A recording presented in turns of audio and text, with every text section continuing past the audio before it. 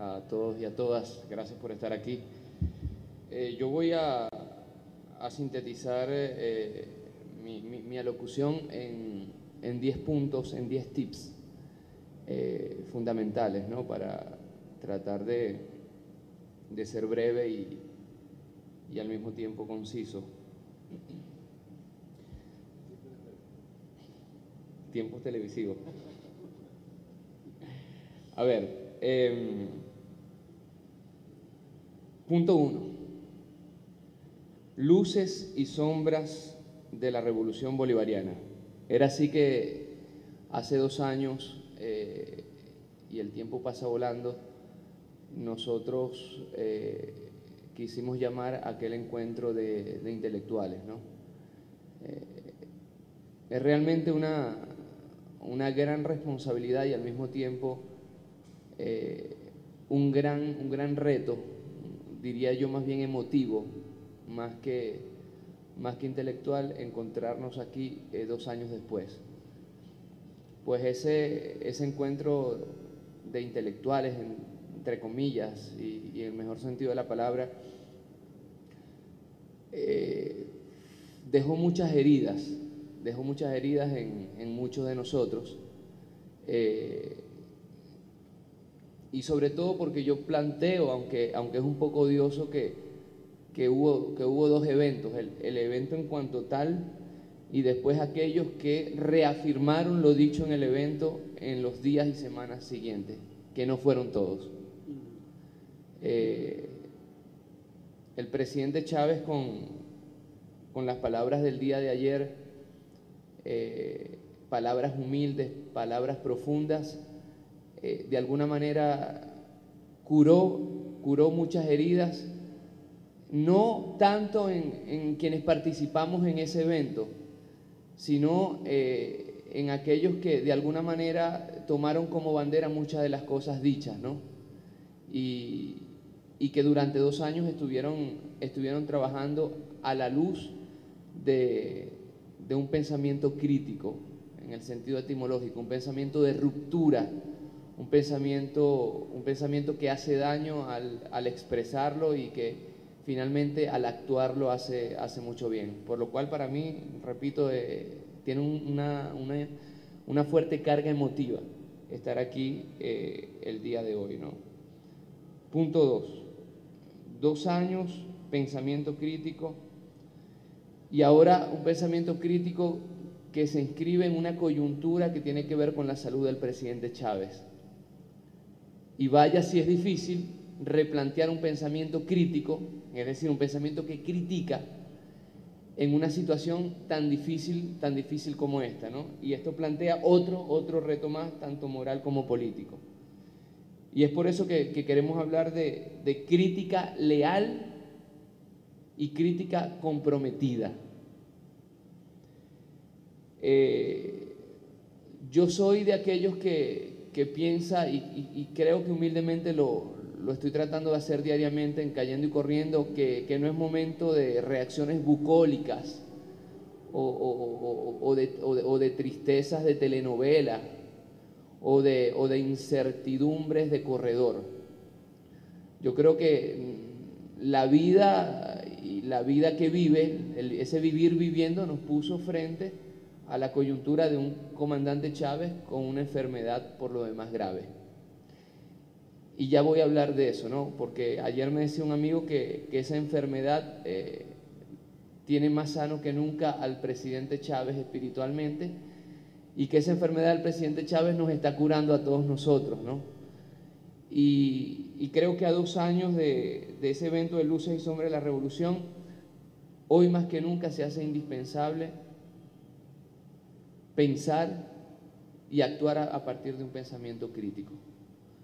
Quienes, y los hay, quieran interpretar esta coyuntura propia de la vida, propia de la vida. La enfermedad es algo inherente a la vida. Para uniformarse y pararse firmes y seguir órdenes sin pensamiento porque tenemos que ser leal hoy más que nunca al comandante, lo que están haciendo es utilizar la coyuntura, la enfermedad del presidente Chávez para otra vez tratar de que todos pensemos de la misma manera. Cuando el primero que no está pensando de la misma manera y el primero que está revisitando es el presidente Chávez. Entonces difícilmente Vocero nos puede decir que ahora entonces, hoy más que nunca tenemos que estar callados y ser disciplinados. Evidentemente yo parto al principio de la indisciplina y de la indisciplinariedad. Y la indisciplinariedad tiene que ser en este momento un trabajo de honestidad intelectual para con la revolución bolivariana. La mayor disciplina que nosotros podemos donar en esta coyuntura es precisamente la disciplina de la indisciplinariedad. Tercer punto. Antes de pasar al tercer punto, de ahí entonces que hay algo que a mí me dolió muchísimo hace 2 años, ¿no? Y fue las benditas 3R que después fueron al cuadrado, al infinito, dividida entre 6, etcétera, etcétera, etcétera, y el tema de la autocrítica, vueltos meros eslogan. Después del evento y de toda la polémica que creó el evento, entonces vinieron los vivos de oficio a plantear la autocrítica y las 3R, pero completamente vacía de todo contenido. Eran simples consignas, con todo el respeto por el deporte, propia de un derbi italiano entre la Roma o la Lazio o de un Caracas Magallanes, en el cual uno dice ciertas cosas en medio de la emoción, pero que finalmente no tienen ningún tipo de contenido político. Entonces la excepción, que era la aplicación de las 3R, y la excepción, que era la autocrítica, se volvieron un eslogan en la boca de todo el mundo. Y sigue siendo así. Entonces ya no era rodilla en tierra, patria socialismo o muerte, a contrapelo, estamos a punta de lanza, las 3R, autocrítica. Y a partir de esas frases, sin ningún tipo de contenido, muchos de los revolucionarios se definían como revolucionarios. Claro, cada vez que se planteaba darle contenido a esos eslogans, no, ahí entonces venía el que se tiene que callar, el que no es el momento, el que estamos en una coyuntura difícil. Entonces las 3R y la autocrítica se convirtieron en una franela roja. Simplemente eso. Tercer punto, y para mí acaso es el punto que estructura este discurso breve, ¿no?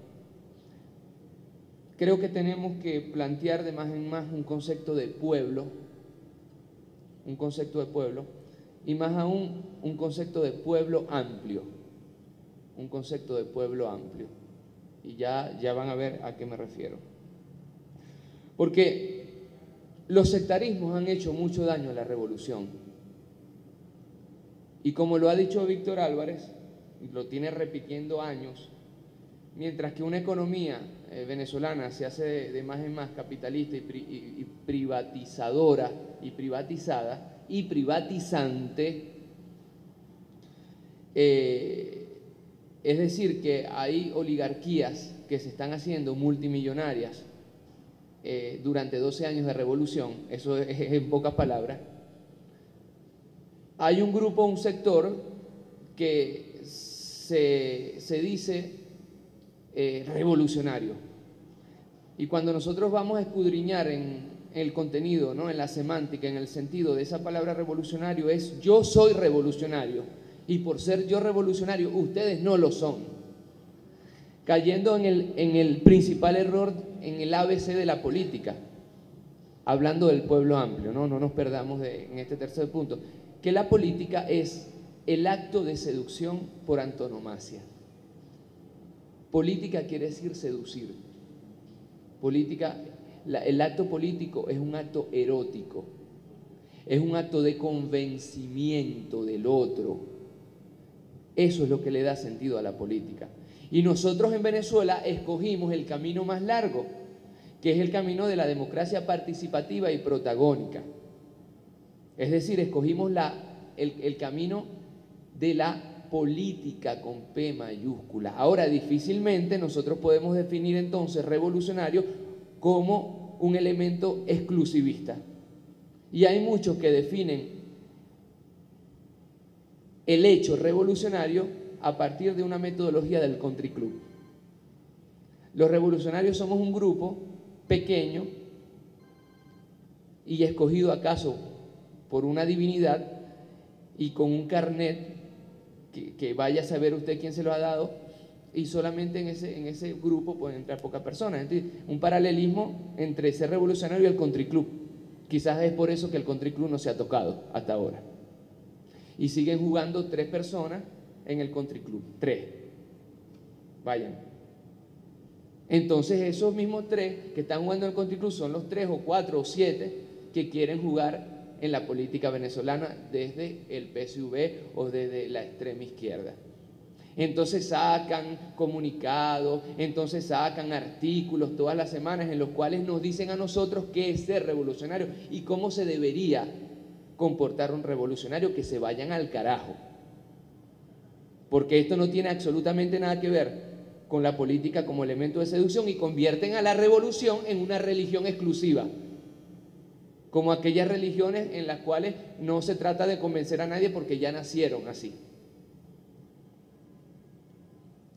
Entonces hacen de la república una aristocracia y hacen del partido una aristocracia en el sentido epistemológico, ¿no? De arete kratos, el poder en manos de los virtuosos, en manos de los revolucionarios.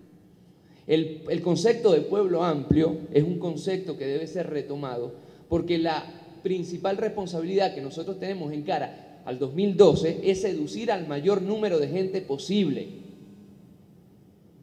Es convencer al mayor número de gente posible, porque nosotros escogimos el camino electoral y los votos se cuentan. Y hasta que se demuestre lo contrario, aquí debería gobernar, como lo está haciendo hace 12 años, una mayoría de personas, es decir, una suma mayor a la minoría. Y disculpen la tautología, ¿no? Entonces, ¿cómo es eso de que hasta hace poco aquellos mismos que precisamente se niegan al pensamiento crítico y que se dicen que son los únicos que piensan, quieren hacer de la política una actividad exclusivista? Entonces, plantear un concepto de pueblo que se extienda hacia la mayoría de los venezolanos, porque evidentemente 12 años después los retos son muchísimos, y como en toda relación humana, porque la política es una relación humana, hay decepciones, hay fracasos, hay alegrías, hay incertidumbre, y nosotros no podemos pensar que estamos en el 98, en diciembre del 98, saliendo del fracaso colosal que fue la Cuarta República. Ahora nosotros tenemos que seducir y demostrar en una relación erótica con el pueblo venezolano, que somos nosotros mismos, que vamos a sumar votos para ganar las elecciones. Cuarto punto: creación de cuadros y formación.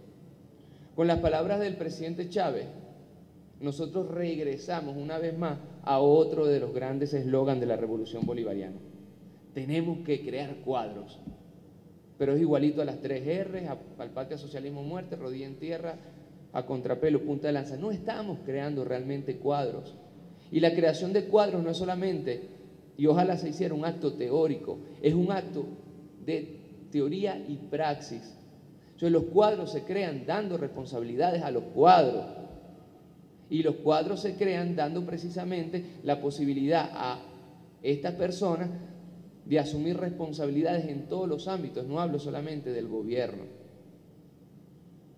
Y se trata también de tratar de finalmente acabar con la burocratización de las bases populares y de las bases sociales. Los cuadros no nacen naturalmente.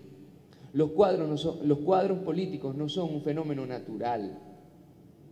Los cuadros políticos son un fenómeno cultural, de cultivar, de arar la tierra, de regarla a la hora que es, de protegerla para que pueda crecer. Por lo cual la actividad y la creación de los cuadros es una actividad que se tiene que hacer todos los días y no depende de un foro aislado cada cierto tiempo. Punto 5, pueblo en la calle. Miren, y eso yo lo discutí en las más altas instancias. Hay que ser autocríticos y saber que desde hace al menos 3 años, 2 años, 5 años, me quedan 5 minutos y voy por el punto 5, ok, se institucionalizó la calle. Claro, quizás eso no se notó, porque la oposición venezolana perdió la calle, pero nosotros la institucionalizamos. Yo no sé cuál es peor. La enfermedad del presidente Chávez creó un revuelo sentimental, erótico, amoroso en el pueblo venezolano, y se dio el desfile cívico-militar del 5 de julio, en el cual la gente fue espontáneamente, la Plaza Diego Ibarra, en el cual la gente fue espontáneamente, la fiesta bicentenario en el casco central de Caracas, en el cual el pueblo fue espontáneamente, y eso se siente, es otro el ambiente, son otras las energías que se propagan.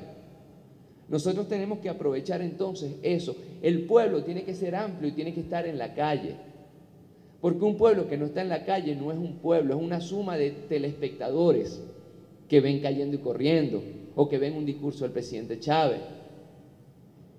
El pueblo organizado es un pueblo organizado en la calle, si no, no lo es, si no es simplemente una suma de individualidades. Rapidito, punto 6, sinceridad en los medios de comunicación. El pueblo no es tonto, el pueblo no es bobo ni cogido a lazo. El pueblo sabe muy bien qué está pasando casi siempre, y lo que quiere es la confirmación de su gobierno de lo que está pasando. Y es precisamente el modelo de representatividad mediática que existe. Si nosotros nos vamos al 2012 a medir en unas elecciones, son elecciones de representantes, por lo cual la democracia participativa y protagónica tiene un elemento de representatividad. No nos vengan a decir que es una democracia participativa y protagónica contraria a la democracia representativa. No, la democracia representativa de la Cuarta República excluye a la democracia participativa y protagónica, pero la democracia participativa y protagónica no excluye el elemento representativo.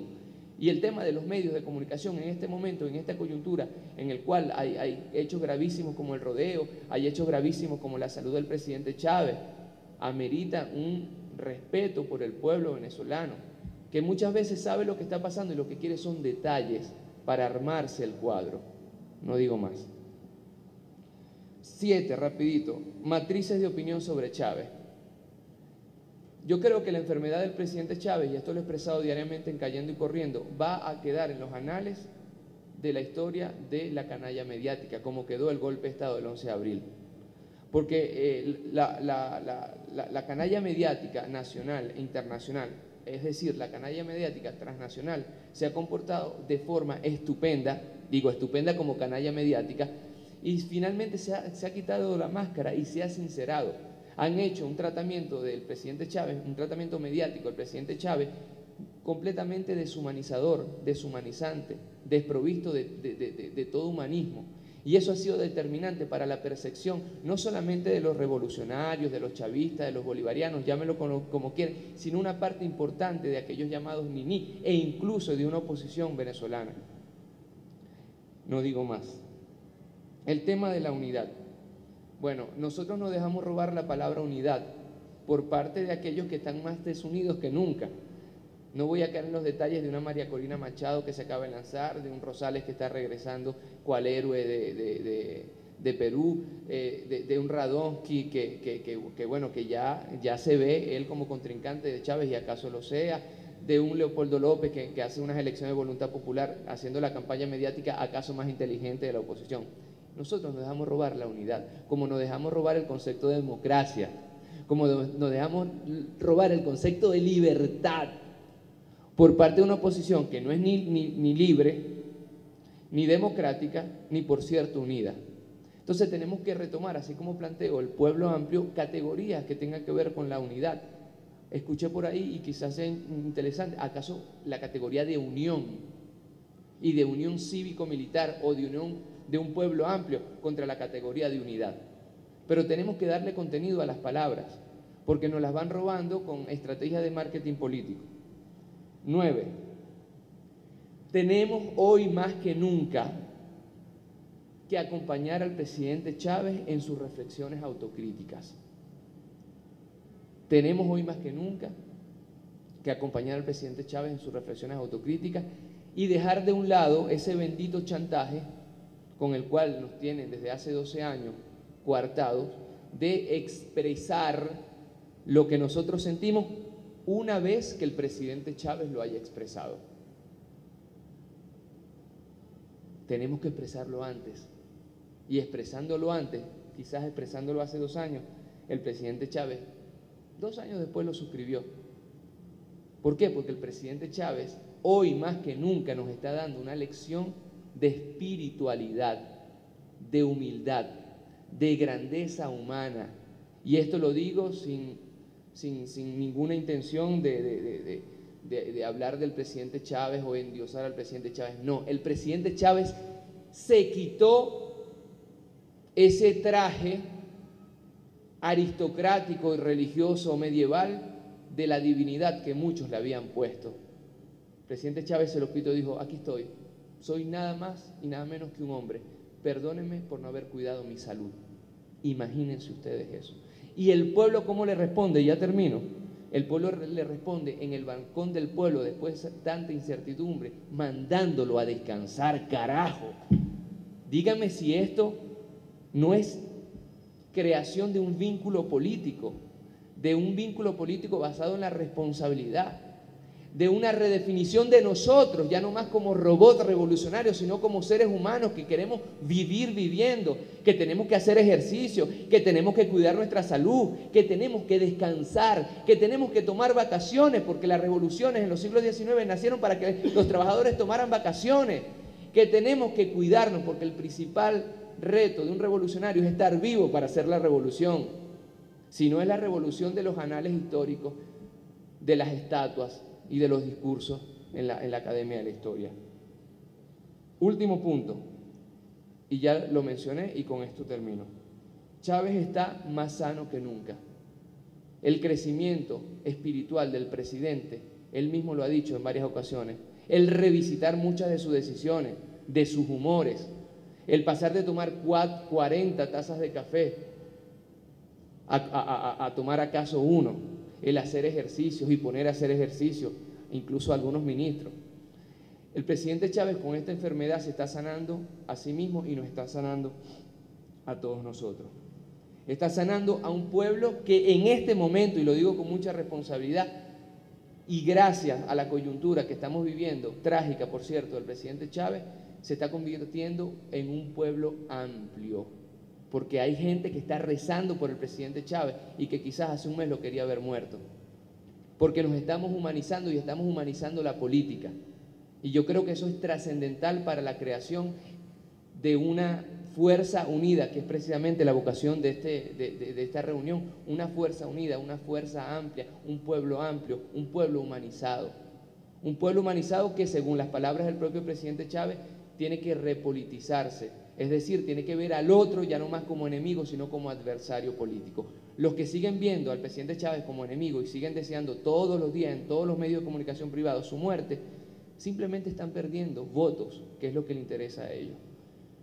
2012, pues, tenemos que estar con un pueblo amplio en la calle, tenemos que estar más unidos que nunca y tenemos que acompañar al presidente Chávez en sus reflexiones autocríticas.